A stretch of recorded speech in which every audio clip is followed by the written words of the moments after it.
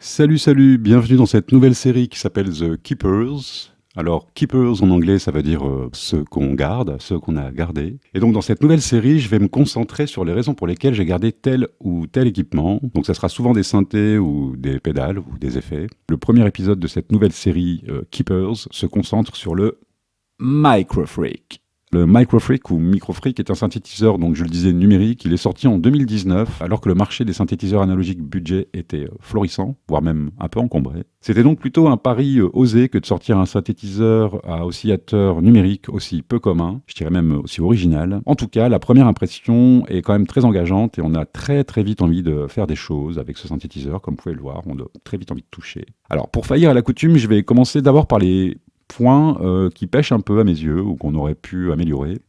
Pour moi, il manque des sorties CV, notamment concernant tout ce qui est modulation, LFO et matrice de modulation. Évidemment, un second oscillateur eût été le bienvenu, puisqu'ils sont tellement mortels ces oscillateurs qu'un second oscillateur, ça aurait été vraiment parfait. Alors, on a 4 voix de paraphonie, ce qui est vraiment sympa. En revanche, 4 notes de polyphonie, c'est un petit peu juste pour moi, notamment pour faire les accords à 4 notes et pouvoir jouer une mélodie par-dessus. Et donc, effectivement, avoir un minimum de 6 voix de paraphonie, ça aurait été vraiment cool, mais on en a quand même 4 et c'est déjà pas mal. Pour moi, le gros problème, c'est la taille de l'écran. Alors moi, je suis complètement miro, j'ai une paire de lunettes la plupart du temps sur les yeux, et même avec ma paire de lunettes, j'avoue que des fois, je dois vraiment cligner des yeux pour voir ce qui se passe, notamment pour les valeurs, que j'ai parfois du mal à voir. Donc j'aurais bien aimé avoir un écran un petit peu plus grand, quitte à décaler le bouton panel un petit peu plus proche de celui-là, ou même ne pas le mettre, ou le mettre en raccourci avec Shift, parce que finalement, c'est pas une fonction que j'utilise beaucoup, donc on aurait pu supprimer ce bouton-là, mettre le panel en sous-fonction d'un autre bouton, et puis augmenter la taille de l'écran, pour avoir quelque chose d'un petit peu plus lisible. Alors maintenant, on va se concentrer sur les raisons qui font que j'ai gardé et que j'adore ce synthétiseur. Vous allez voir, elles sont nombreuses. Alors pour commencer, son originalité. J'ai rarement vu des synthés qui étaient aussi originaux. On a quand même beaucoup de boutons et de rotatifs en façade. Donc on sent qu'on peut déjà travailler lourdement, je dirais, un design avec uniquement l'interface. L'originalité également des technologies qui sont utilisées. L'originalité je dirais, de l'ingénierie. Il est quand même fort peu commun. Par contre, il est très pratique à utiliser. C'est ça aussi qui me plaît beaucoup dans ce synthé, c'est qu'on a quelque chose de très original en façade, mais en même temps très simple à utiliser, très engageant. En parlant d'originalité, je vais évoquer forcément l'oscillateur. Alors l'oscillateur est très très très particulier. Il propose 13 technologies différentes d'oscillateurs. Alors au départ, quand il est sorti, on avait 12, et puis on a eu une update il n'y a pas tellement longtemps, il y a 6 mois, je pense, quelque chose comme ça. J'ai fait d'ailleurs une vidéo sur l'update que vous pouvez trouver dans la playlist dédiée au Microfreak sur la chaîne Pedal for Synth. Moi, je pressens qu'il va encore y avoir des choses extraordinaires qui vont apparaître sur ce synthé bientôt. Je ne sais pas pourquoi, mais je le sens. Alors, dans le Microfreak, je parlais des différentes technologies d'oscillateurs. On va s'y plonger. Alors, il ne s'agit pas d'un tutoriel. On ne va pas détailler l'ensemble des 13 moteurs d'oscillateurs dans cette vidéo. On va même pas les écouter non plus, puisque j'ai déjà fait des vidéos de tutoriaux. Donc, je vous invite vraiment vivement à aller voir la playlist. Il y a des vidéos en français, puis il y a des vidéos qui sont sous-titrées en anglais également.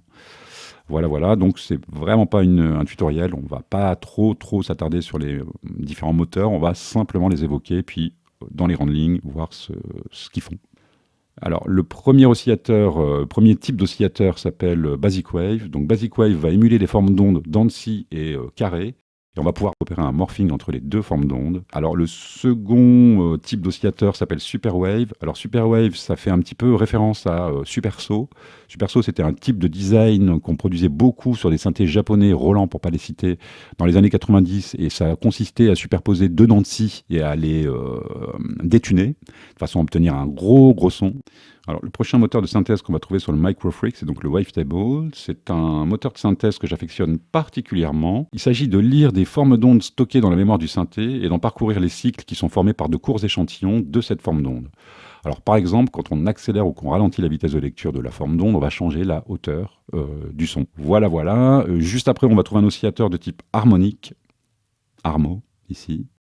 Voilà, donc cet oscillateur génère des sons en créant et en additionnant les harmoniques. En variant l'amplitude des harmoniques indépendamment, le timbre change. En plus d'additionner jusqu'à 8 harmoniques, il additionne également des formes d'ondes complexes. Alors juste après, on va trouver un moteur que j'aime beaucoup, Carplus-Strong. J'ai fait une vidéo dédiée à ce moteur, notamment un sound design de son de violon pour le cinéma, qui utilise cet oscillateur, ce type d'oscillateur. Alors Carplus-Strong, c'est plutôt orienté, comme je le disais, cordes, mais également percussion. très original. Alors juste après, on va trouver un virtuel analogue. Donc là, pour ceux qui connaissent un petit peu les synthés analogiques ou virtuels analogues, effectivement, on va retrouver les formes d'ondes plus classiques des synthés analogiques dans cet oscillateur. Juste après, on va trouver un oscillateur de type Wave Shaper. Alors là, il s'agit d'un mélange de Wave Shaper et de Wave Folder. Le temps de monter les formes d'ondes est modifié par le Wave Shaper et le Wave Folder, lui, va replier ces formes d'ondes sur elles-mêmes pour générer notre son. Alors, dit comme ça va pas forcément évoquer quelque chose comme ça dans la tête tout de suite, mais voilà, moteur très puissant également, donc le Wave Shaper. Ensuite, on va trouver un moteur FM à 2 opérateurs, donc c'est assez simple, mais on a bien là un moteur FM avec vraiment les sons très caractéristiques qu'on obtient avec des synthés FM, je pense notamment aux gros synthés FM des années 80. On va retrouver des choses très très similaires, donc des pianos électriques très facilement designables, enfin voilà, des sons très très typiques des années 80 et de ce type de synthèse. Bien malgré le fait qu'on n'ait que 2 opérateurs dans ce synthé FM. Alors ça fonctionne de la façon suivante, on a 2 oscillateurs sinusoïdaux qui modulent chacun la phase de l'autre dans ce cas précis. Et c'est comme ça qu'on va générer les différents timbres avec ce type de synthèse. En tout cas, le tout opérateur FM du Microfreak. Alors, juste après, on va trouver une technologie qui s'appelle Formant. Donc là, on utilise la synthèse granulaire pour découper l'onde en particules et on réarrange et on multiplie ces particules par divers procédés. Donc là, encore une fois, ça parle pas forcément comme ça sur le papier, ce que je viens de vous dire, mais voilà, un autre type de synthèse accessible et lui aussi très puissant et très particulier. Alors c'est ce qui fait le charme un petit peu aussi de ce synthétiseur, c'est que chacun des moteurs de synthèse va générer des timbres très particuliers. Très peu se ressemblent. On a quand même le Basic Wave et le Virtual Analog, c'est un petit peu cousin, on va dire. Mais le Carplus-Strong, par exemple, le Formant ou le Wave Shaper sont vraiment des moteurs très particuliers avec leurs grandes caractéristiques. Alors après Formant, on va trouver un générateur d'accords. Donc il s'appelle Chord. Voilà, un Chord va générer des accords plus ou moins complexes en se basant sur des formes d'ondes que l'on pourra choisir. Donc on va d'abord choisir une forme d'onde, puis après on va appliquer des couches à la note principale qu'on va jouer sur le clavier pour créer des accords plus ou moins complexes. Alors après, on a un moteur qui est très particulier, qui s'appelle Speech. Donc là, ce sont simplement des mots qui sont enregistrés dans la mémoire du Microfreak. Alors ces mots vont servir de point de départ à la création de sons, et après, il sera possible de modifier les formants. Alors juste après, on va trouver un moteur qui s'appelle le modal. Alors le moteur modal imite la façon dont le son est amplifié par les objets qui nous entourent. Voilà, par tout ce qui nous entoure. Et j'en parlais tout à l'heure, donc le dernier moteur de synthèse est un moteur qui s'appelle Noise. Alors Noise va apporter un oscillateur de bruit à quoi on pourra mixer notamment des formes d'ondes classiques. Voilà, donc soit on va ajouter du noise à des formes d'ondes, soit on va utiliser uniquement le noise et on va pouvoir vraiment finement doser entre les deux. Voilà, donc pour créer des sons type effets spéciaux, percussions, snare drum, enfin voilà. Alors ça, c'est l'oscillateur, hein, effectivement, vous voyez, c'est quand même un gros pavé. Alors pour moi, c'est une vraie raison de garder ce synthétiseur. L'originalité de son oscillateur fait que j'ai pas du tout envie de m'en séparer. Alors toujours dans la section oscillateur, ce que j'ai vraiment beaucoup aimé, c'est les 4 rotatifs orange. Alors eux, ils vont vraiment modifier drastiquement le son en fonction de l'algorithme sélectionné, et à chaque fois de façon tout à fait originale. Et ça nous permet d'aller très très vite pour obtenir des timbres très différents.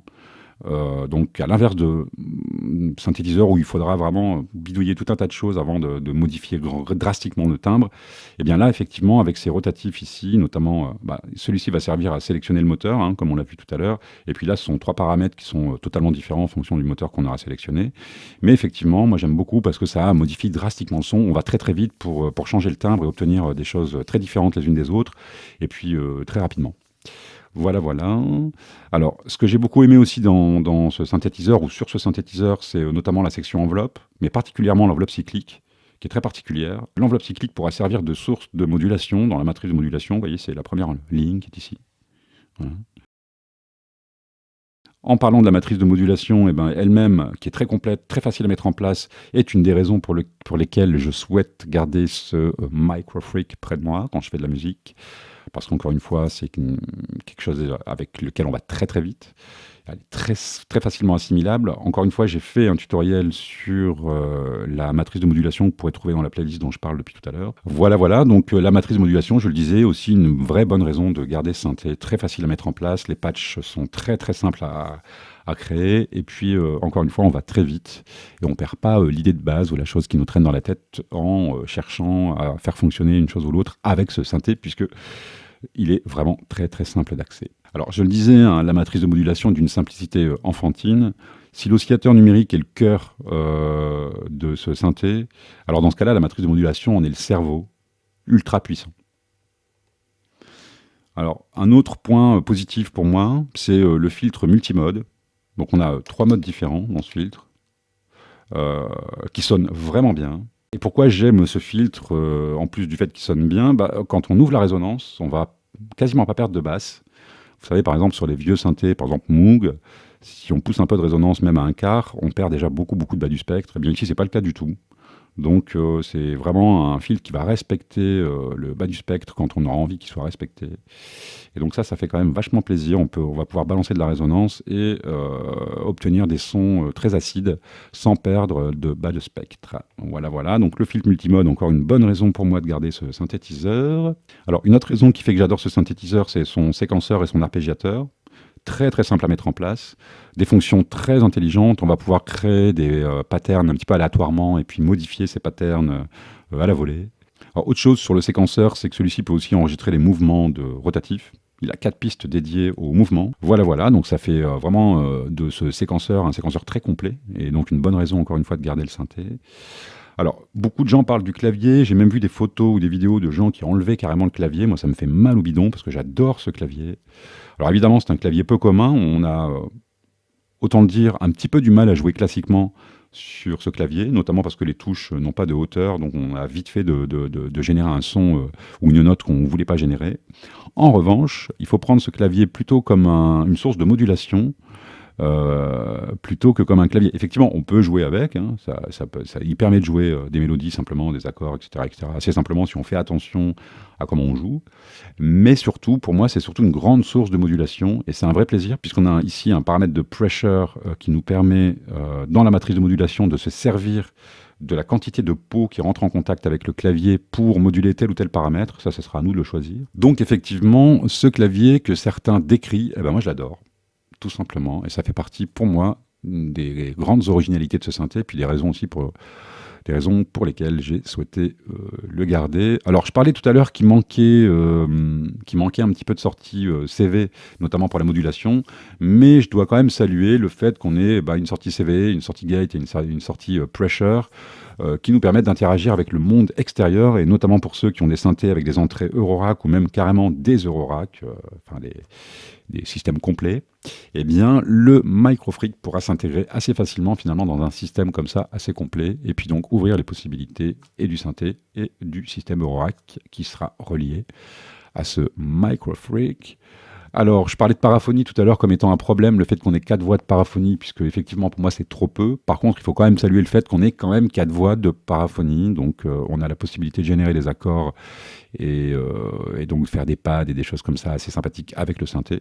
Donc d'un côté, 4 voix de paraphonie c'est pas assez, mais d'un autre côté, on a quand même 4 voix de paraphonie et il faut quand même applaudir à ce tarif, au prix que coûte le Microfreak, avec toutes les possibilités qu'il nous offre. Avoir 4 voix de paraphonie en plus, c'est quand même vachement appréciable. Alors, ce que j'ai aimé aussi, tout à l'heure on parlait du séquenceur, mais ce que j'ai aimé, c'est les possibilités de modification en temps réel grâce aux fonctions de Spice and Dice qu'on trouve ici et là, qui vont nous permettre de modifier certains paramètres d'une séquence, la longueur des notes, le placement de celle-ci par exemple, mais pas uniquement.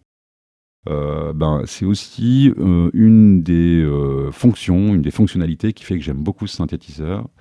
Ce qu'il faut savoir également, c'est que le Slice and Dice va pouvoir être imprimé. Autrement dit, quand on va créer par exemple un arpège ou une séquence à la volée, ou même générer aléatoirement, on va pouvoir imprimer la séquence, mais imprimer également les changements qui sont induits par le Spice and le Dice. En résumé, l'ensemble des fonctionnalités proposées à ce tarif très bas, la qualité indéniable des sons produits avec ce synthétiseur, l'accessibilité de l'appareil et sa simplicité d'utilisation en font pour moi un parfait keeper. Voilà, donc j'ai souhaité garder ce Microfreak et à mon avis, je vais le garder encore un sacré bout de temps. Bah écoutez, je pense qu'on a terminé avec ce premier épisode concernant cette nouvelle série qui s'appelle les Keepers. Voilà, j'espère que vous avez appris des choses. J'espère que vous avez passé un bon moment. Vous avez vu, on n'a pas fait du tout de musique, on n'a même pas entendu une seule note, hein, c'était pas du tout le but de l'opération. Voilà, en tout cas, je vous remercie d'avoir suivi cette vidéo, puis je vous dis à très bientôt. Bye bye.